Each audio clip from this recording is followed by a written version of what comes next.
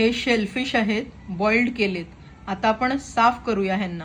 हे शेलफिश आहे आणि हे असं वेंट्रल साईडहून असं दिसतं. ही सुई आहे, ह्याच्याने हे फक्त कवर असं वर करायचं आणि हाताने खेचून काढायचं की लगेच ते मांस निघतं.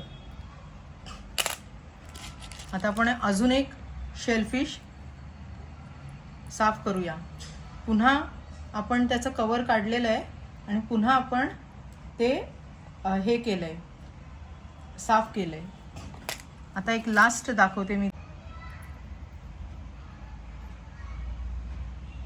ह्याचं एक टेक्निक आहे. टेक्निकनी केलं तर बरोबर जमतं आणि टेक्निक नसेल तर तुम्ही काढूच शकत नाही. पण खूप मजा येते, खूप टाइमपास होतो. एकदा तरी आणून करायला पाहिजे हा टाइमपास.